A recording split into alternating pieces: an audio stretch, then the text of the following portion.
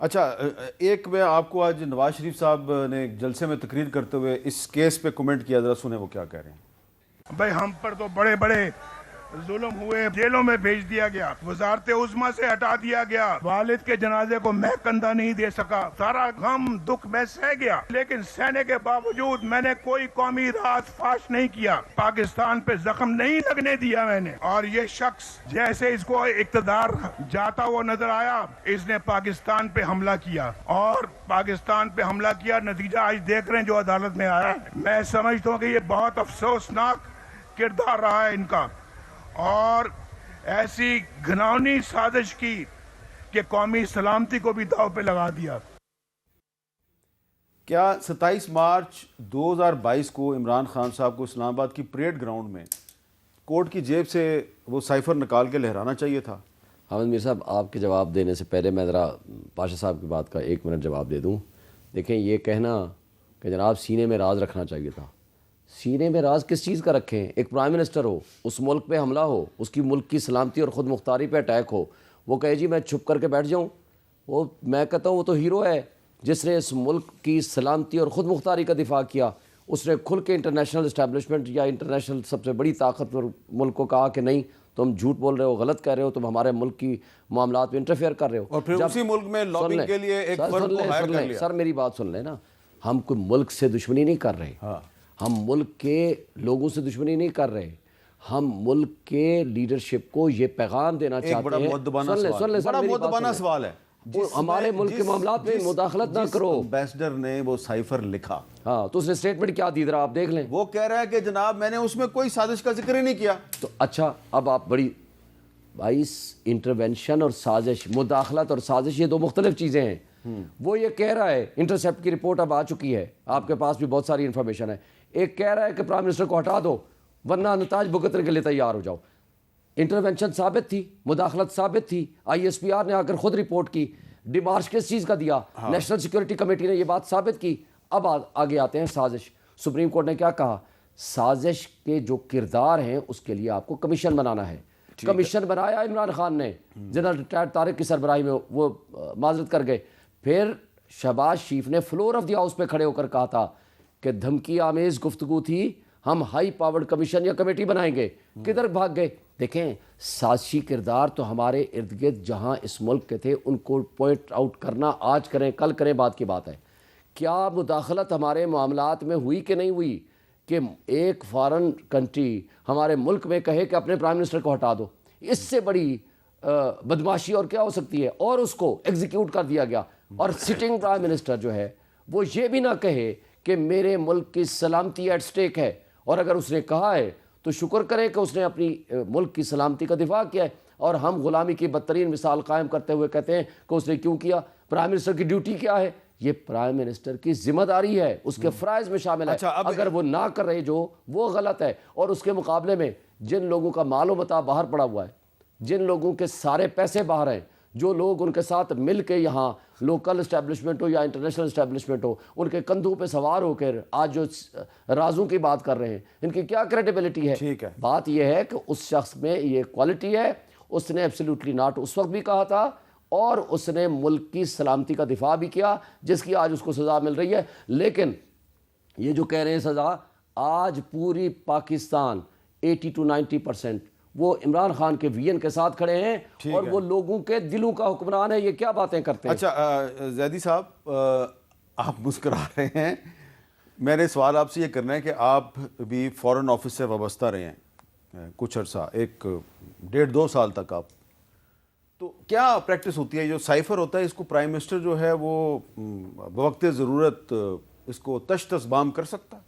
نہیں، اس میں تو میرے خیال ہے، دیکھیں، لیکن آپ جو اس وقت کرنا چاہ رہے ہیں نا، آپ ایک ٹیکنیکل پوائنٹ کو، ایک جو احساسات اور جذبات کا ایک ایٹم بم ہے اس کے سامنے آپ رکھ رہے ہیں۔ آپ کہہ رہے ہیں کاں کالا ہے، احساسات، جی کوا کالا ہے، اور کوا تو کالا ہوتا ہے، مجھے کہنا چاہیے کوا سفید ہے۔ نہیں، آپ کہہ رہے ہیں کوا کالا ہے، یہی کہہ رہے ہیں نا آپ کہ بھئی اس طرح سے سائفر کے ساتھ برتاؤ نہیں کیا جاتا، کیونکہ یہ ایک حساس اداروں کا اور ایک حساس دریچہ، یا آپ اس کو رپورٹ یا ڈاکیومنٹ جو ہے وہ سمجھا جاتا ہے۔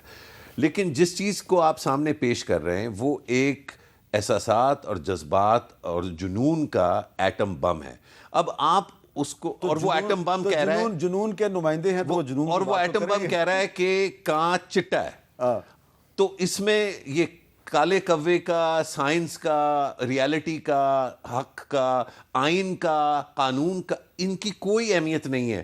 سر نے جو فرمایا, اور اگین یہ اس سے آپ فرینکلی اسپیکنگ فوج بطور ادارہ, پی ایم ایل نون, ساری جماعتیں, پوری دنیا, پوری کائنات اس سے مقابلہ ایکچولی نہیں کر آپ سکتی. یہ کہہ رہے ہیں کہ سر نے جو فرمایا ہے وہ کہاں چٹا ہے؟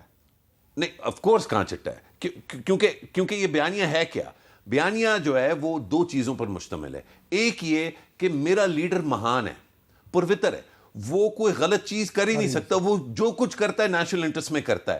آپ کیا یہ بات کرتے ہیں سیکرٹ ایکٹ وغیرہ کی؟ یہ بھائی اس نے جو کیا ہے وہ تو پوری قوم کے لیے کیا ہے, غریب کے لیے کیا ہے, وہ بچا رہے, آزادی سے آپ کو آزادی دے رہا ہے, غلامی سے بچا رہا ہے. تو ایک اس کا عنصر یہ ہے. اور دوسرا عنصر پھر سے آپ نے دیکھا کہ پہلی دفعہ جب بولنا شروع کیا تو نواز شریف کرپٹ ہے, نواز شریف کرپٹ ہے, نواز شریف کرپٹ ہے.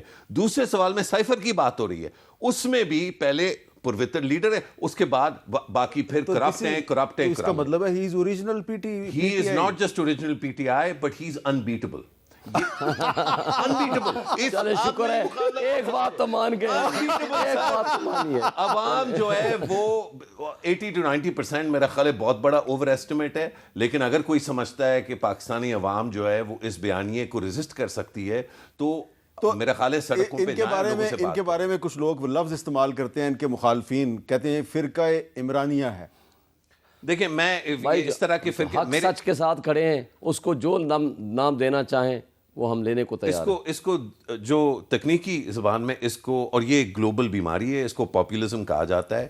یہ پاپولزم بیماری ہے, 100% بیماری ہے. اور اس کی وجہ یہ ہے کہ اس بیماری میں جو ایکچولی جو لوگ چاہتے ہیں اور جو ایکچولی ان سے وعدہ کیا جا رہا ہے اس میں تو بہت وزن ہے. اچھا, ایک طرف یعنی کہ پاکستانیوں کو آزاد ہونا چاہیے, پاکستان کو خود مختار ہونا چاہیے, تو اس سے کون باوقار ملک اختلاف ہونا کون چاہیے. کرے گا؟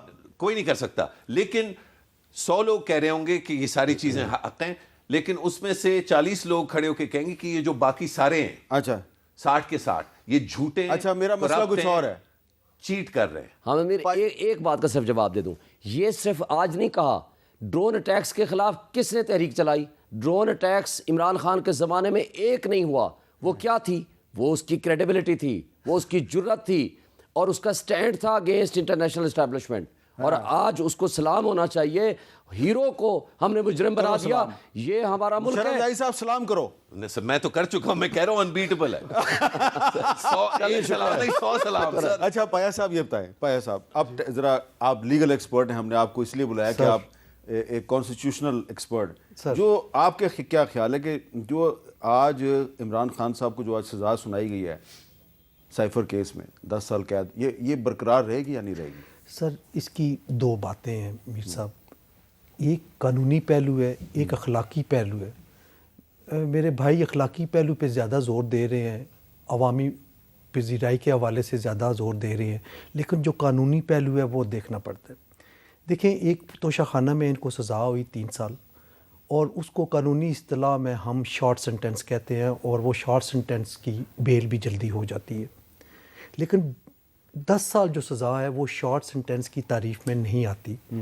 اب اس کی جو پروس اینڈ کامز ہیں, جو اس کی ایویڈنشی ویلیو ہے, وہ تو تب سامنے آئے گی جب یہ کیس اپیل فکس ہوگی فار ریگولر ہیئرنگ.